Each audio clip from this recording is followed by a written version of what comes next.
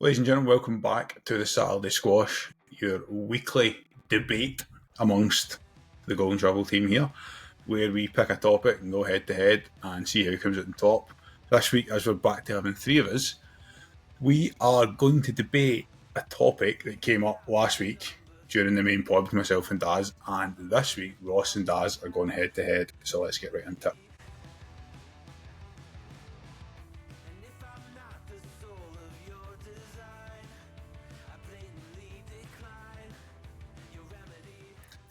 As you want to talk us through the topic, because it came about from your discussion on last week's. Yes, absolutely. Last week I was begging for the return of the WWE draft, and that's got us thinking, what else would we like to see return back into the E? So this week, Ross and I are going to go head to head, and our very own Charles Robinson, although he's got the look of Errol Hebner, is going to be the man to decide who wins, although maybe just ruined my own chances by saying he looks like Errol Hebner. This week we're all about the things we would like to see return to the industry. Before we start, Ross, we've got a Buzzsprout link for feedback. This will be posted on TikTok. Get in the YouTube comments. Let us know suggestions for your Saturday squashes. Let us know. We'll get through them all over the course of the next however many weeks, months, years that this runs. Hopefully we outlive AEW, you know what I mean? So there you go, there's our title. So I think I started last time because I birthed it, so I'm willing to let Ross go because he mediated last time and he didn't get to play. I am just going to, before Ross goes, I'm just going to say that as per week one, there'll be a 2-minute timer for each pick. 3 picks each round goes head to head. I personally have absolutely no issue giving somebody a 2-0 win and making the third match a dead rubber, if that's what so chooses. And as I said before we recorded this, and as I did mention when Ross would be dating another week, I'm more than happy for guys, if you guys play the man and pick something that you know I'm going to like, or if it's a case that I don't really care what happens, I'm picking my favourite thing. So with that being said, straight into it, Ross, matched up number one, something you want to see return to WWE, 2 minutes starts now. I'm going to go a little bit unconventional with my picks because, as we all know, I am slightly unconventional how I approach this. I want to see surprises come back to the WWE. I feel like this is something that we discuss every week where we can almost telegraph how stories are going to go down to the, in air quotes for those at home, an audio, twists. Everything just feels like it's almost on rails. I think the product would benefit from not having, say, something as simple as every single match on a card is announced days in advance before it. Give us a little bit more surprises when it comes to run-ins. Don't give us full PLE cards even. Give us something where the average Joe viewer tunes in week to week and might have some idea what they might see. But knowing down to the even, you could guess the length of the time of each match. If they know that, I think that's a major problem. When you're watching entertainment shows, and this is an entertainment show, yes, you might be able to predict roughly how something can go, but any TV show is always much better if there's a cliffhanger, if there's a massive twist. It gets you talking and it keeps you on the edge of your seat, and I feel like this product could certainly use more of it. So that is what I'm going to give as my attempt number one of things the E needs back. Give us more shock value. Give us more surprises. 20 seconds left. You want to use them? Are you happy to concede your 20 seconds? Happy with that. I'm happy with that. Okay, I'm not going to give anything away. On my thoughts on that, I'll round up at the end. Daz, 2 minutes starts now. I'm going to make this very difficult for you, Saunders, and I'm going to move. This is one of my three, so I'm just going to pit it against Ross's because it's kind of similar, but kind of not similar, right? I'm going to make it as close as we can get. I too would like an element of surprise. The element of surprise. Exactly. Insert meme here. But mine's is slightly more tailored in the sense I want them to bring back interactive PLEs / pay-per-views. I would like to see the return of like a Cyber Sunday or a Taboo Tuesday, where even if we don't actually decide the booking, that we get to think we decide the booking, and you've actually pre-booked the fucking card in advance anyway, and we just feel like we're in a little bit more of control. Fan power has been at the forefront very recently, R-Truth, the whole ongoing carrying cross thing. I think it would be really, really good for us to have a PLE where we know that X will defend their title, as will Y, Z, but there's 3 potential challengers for each of these people. I don't think WWE.com's necessarily a thing anymore, but there's a Twitter page. Go and cast their vote on Twitter for who you think should take on Cody Rhodes and X blah blah blah for the World Championship or whatever. They're kind of the same in a way where we just don't want to, because we do it every time there's a PLE. We talk about the booking and we predict it, and it all pretty much seems fairly straightforward nowadays.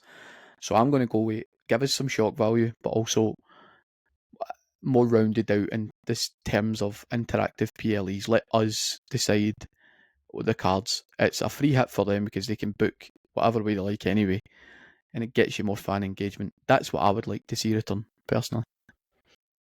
5 seconds to spare. I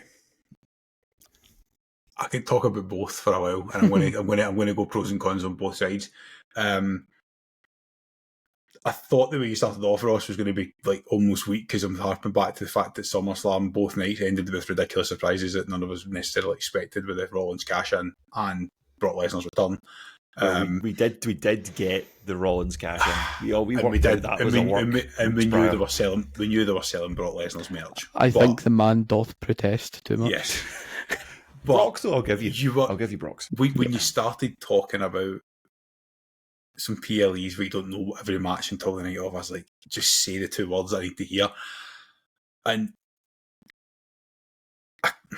unfortunately, in this situation, and the interesting thing is that on the other side, we know that, because Paul Heyman said this, that when he's in booking meetings, he's looking 2-3 WrestleManias out sometimes, and he's looking that far ahead. He's not interested in week to week. He's interested in where this ends up in 6, 8, 9, 12, 18, 24 months, who's in what position in the card, and etc. And my worry is that something like Cyber Sunday, Taboo Tuesday just wouldn't work for that point of view. But we also know that we did it before. I think 2004, Edge has said multiple times in interviews that he was going to win the world title if he was picked, and I think they picked HBK for the match instead. Daz was going to make it difficult, and actually this is going to be the easiest call of the night.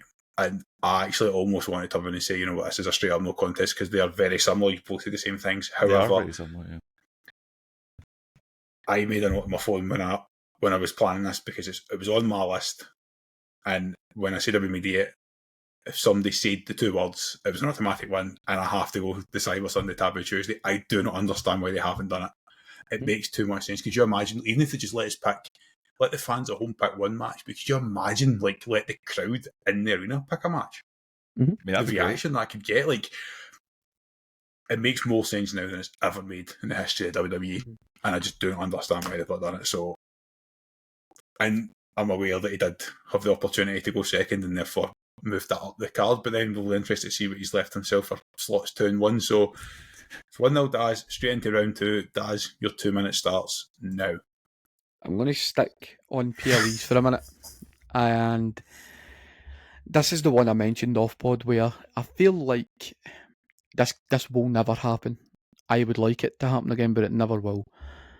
PLEs need their own Titantrons. They need to bring back, I don't know if you remember it, the one that always sticks for me is like Judgment Day, and it had the massive like guillotine and all that in the background. Just every PLE that ran or pay-per-view back in the day, you had his own massive stage, and it looked fucking cool as fuck. You had Bad Blood to the big blood droplets, you had No Way Out of the cages, and No Mercy, etc. Had the spikes and backlash, and I also feel like it added to the spectacle of watching it. Now that's probably a wee bit of nostalgia, in the sense that, like, when you watch them back, it's not filmed on a 4K camera, it's filmed on a fuzzy camera. But I feel like it also helps the shit PLEs, because let's be honest, some of them are pretty naff. No one wants to watch Backlash and it's a tiny little screen in a small walkway. Make it a big spectacle.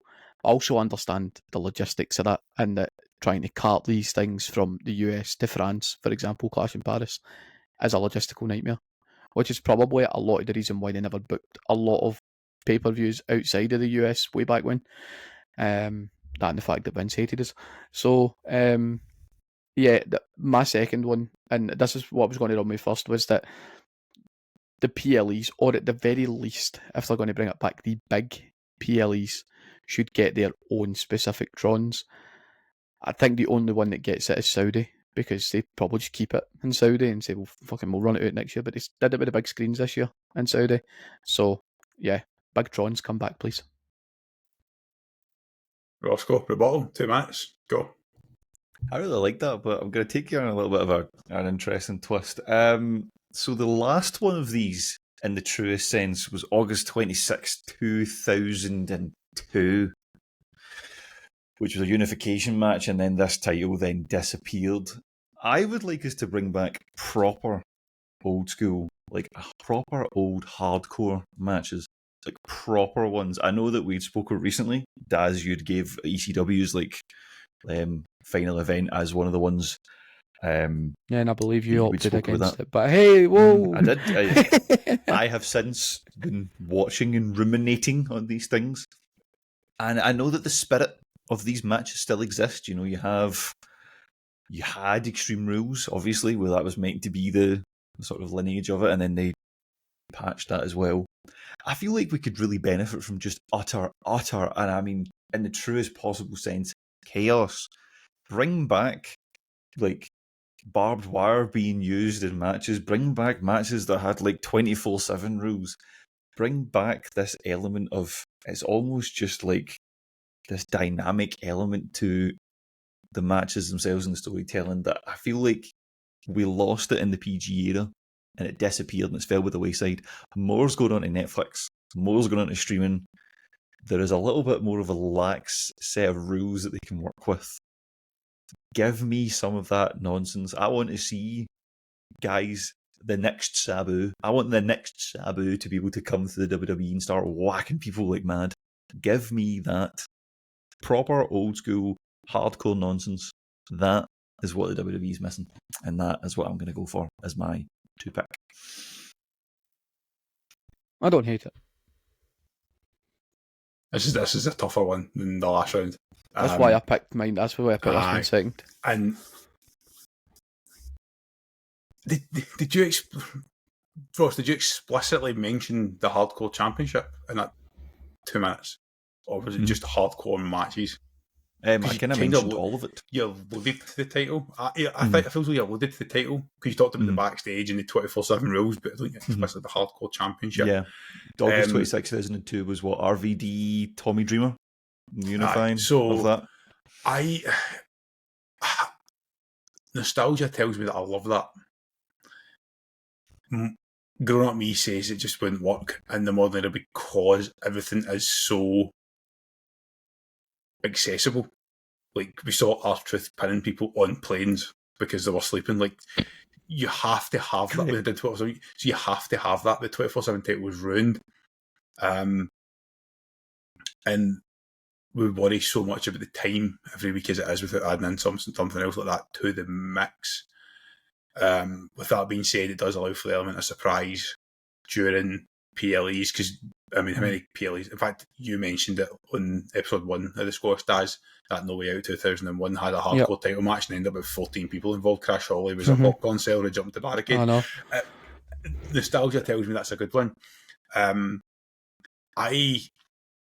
really like the individual prawns, but this is one of the cases where the idea I love, but if you're playing the man or the idea, it's the wrong one for me, because the one thing that I always used to love was, prior to the renovation, the old MSG, where it was almost perfectly round inside and had the tiny wee 2 doors in front of the camera because they couldn't get the card cam in front of the hard cam, and then the crowd were literally, we see John Cena's return 2008, the crowd were literally on top of you, and I like the small entrance with the crowd literally on top of it, especially with the singing that's been happening in the last few years. So I think I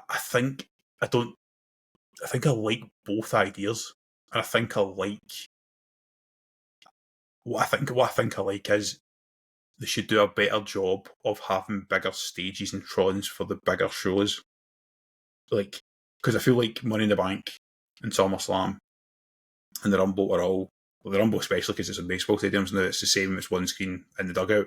Money in the Bank has been quite small, and SummerSlam is stadium dependent, but it's not as if it's huge, whereas also Mania's Mania. I think they should elevate them, but I think I like the small setup with the crowd on top of it. So this is like a sneaking one out there, but if they'd done it properly, I would lean to the hardcore title, but almost an asterisk to say if they make an arse out of the 24/7 title, I would not be happy. I will say that round one was a squash, round two was very much the old school hardcore time limit title match, and Ross has got the pin with a second to go. Does anybody want to volunteer for round three? I'm going to assume you both locked them in. I am happy to go round three because I came into this just wanting to get a goal. I'm okay with taking an L, so I can go first. Right, 2 minutes starts now. Okay, so this is actually something that I would like to eventually do a little Saturday pod, maybe on its own as our thoughts of it. I don't know if he would do it now or if he wait for season 2, but WWE Unreal was a show that came out end of July, a bit of a backstage peek into what goes on in the WWE, and I have thoughts. I really liked the look of this show. On the surface of it, I thought, oh wow, a deeper dive into the superstars we all know and love, great. But it just peeked behind the curtain too much for me. And then it got me thinking, this has been the case for years where, you know, your dirt sheets are finding out things, fans are spotting people, can't keep things off of social media. They even allude to it in the show themselves where they basically say you can't keep anything secret. So then logically they decide to just tell everything to everyone. I think they need to bring back a level of actual secrecy here. I think that wrestling gets the most amount of joy when you can do the thing that we like to do, which is you suspend reality and you sit down on your couch or at your desk and you watch it. If, again, you can kind of get into the thoughts of how things are going. If you've already seen on social media, oh, Brock Lesnar's been spotted trying to be snuck in at the arena, you just kind of throw your hands up and go, oh, well, that's ruined. And I genuinely detest that so much. Because as much as a part of me loves the gossip, I just would love to be able to sit and watch it and not know. It's probably in part linked to the whole things around surprises and just in general, I'm becoming an old man who yells at clouds. But for me, bring us back proper secrecy, because if not, then what is this? And what are we even doing here? Threw in the catchphrase with 2 seconds to go. I like it. Daz, I'm going to, before Daz goes, right, I'm going to take my phone what I think Daz's number one pick is, and I'm afraid, Ross, that if he goes for it, this will be a squash. If it's 6-man in a cage, then you can No, just it won't give him be. it now. He doesn't It's not. just be... I don't play the It's man. not. I play what's in my heart. I don't play the man. He plays his own cards, but I've wrote down what it is, and I'm fully aware that people on video might get a spoiler in the next 10 seconds, but I do want to touch on what you said, and I do think it would make a really good Saturday pod. Daz, 2 minutes, go. So, I swithered on which one of these to leave out, and I really wanted, and this is why I'm picking this one, because I was going to go down the route of there's one that the business needs, and there's one that I want. So the one that the business needs is like heat and velocity to come back, right? That's what the business needs, yep. Right? That don't want it, go away, right? What I want out of the industry is some variety in the sense of match types.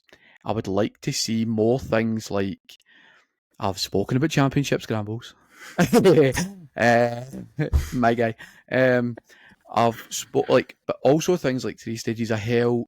It kind of feeds into what Ross was saying. Like, we don't get a lot of blood. Every now and again, we could have a first blood match. First person to draw blood wins. We don't see like a lot of tables matches. everything's pigeonholed into its own PLE, just about, right? The big match types, TLC's get its own deal, Money in the Bank.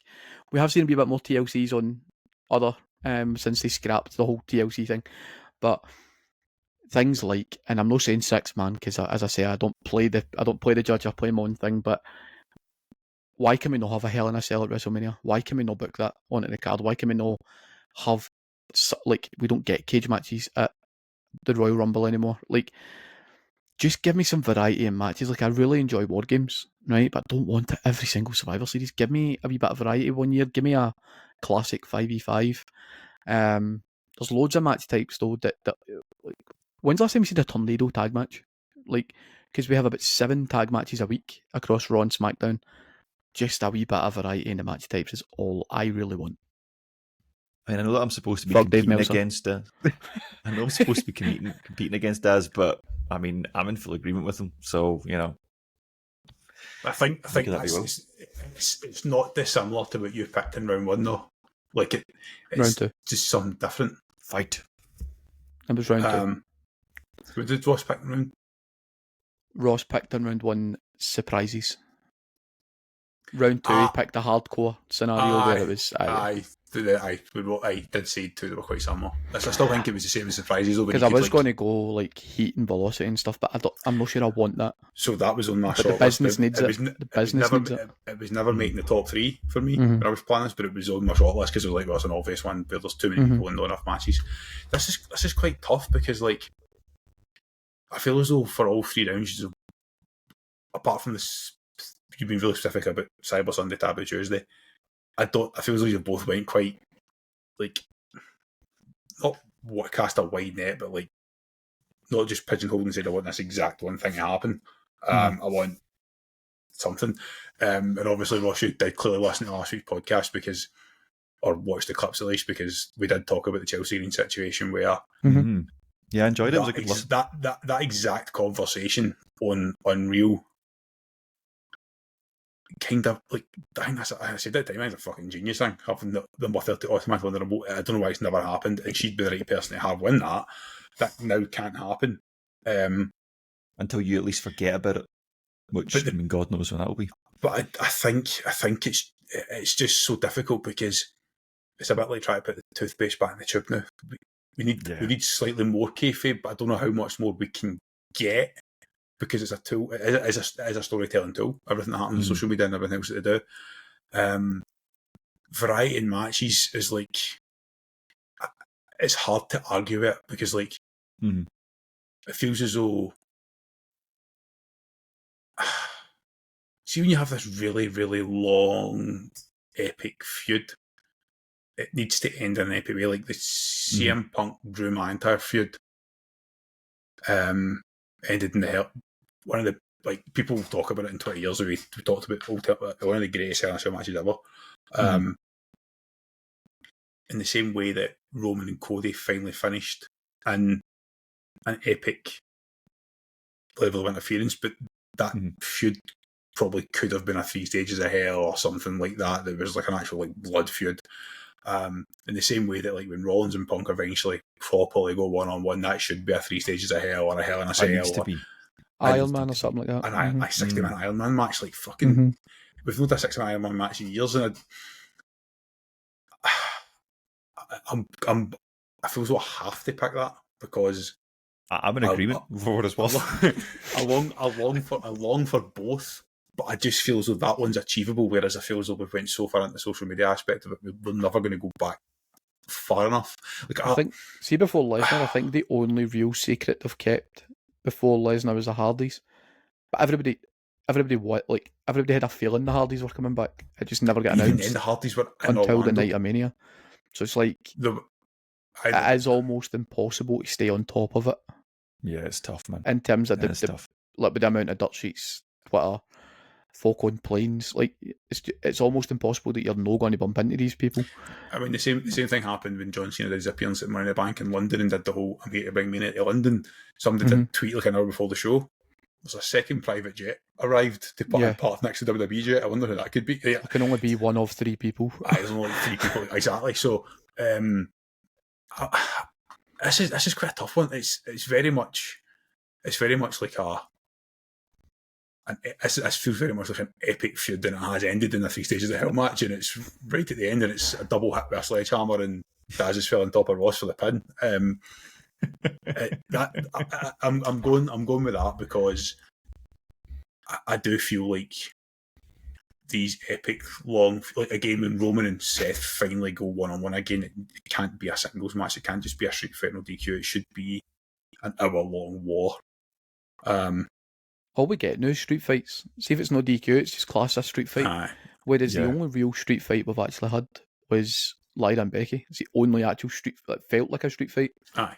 You know what I mean? A street fight, you're not technically really meant to go into the crowd and stuff. It's meant to just be ringside and weapons.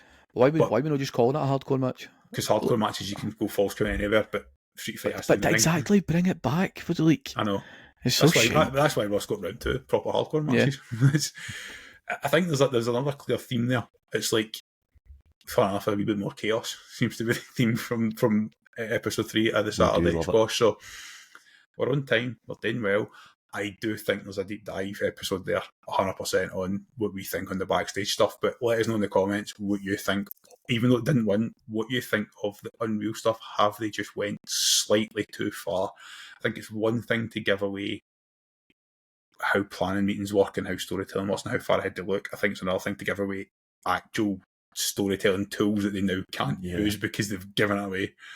So that being said, I've got one win, Daz has got a win. We'll be back next week. We've no topic penciled in.